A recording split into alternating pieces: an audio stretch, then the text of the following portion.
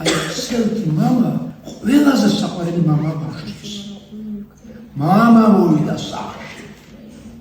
მამა დაბრუნდა, იმიტომ ჩამოვიდები ამ კისერზე რატო?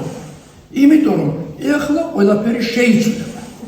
ისე არ იქნება როგორც დედის დრო, დედათვის გაჩერდი, დაჭერდი, ისწავლე, და მამა მოვიდა და ყველაფერი ეს მოიშალა. განაუდა. ხო? ესეთ უნდა იყოს მამა აი მოულებდნენ.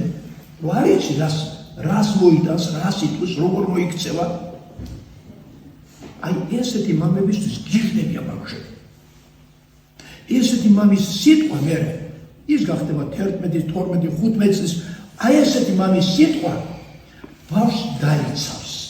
ესეთი მამა, რომელიც მასთან ერთად თითქოს მისი ტოლი იყო და სული სულში ჩაიძვენდეს ერთმანეთს, ეს მამა რო ეთქვას, ჩემო შვილო, შენი ჭირიმე. მოდი რა, ამას ნუ გააკეთე, კარგი, გეხვეწე. კი არ დაემუქრა, კი არ უთხრა.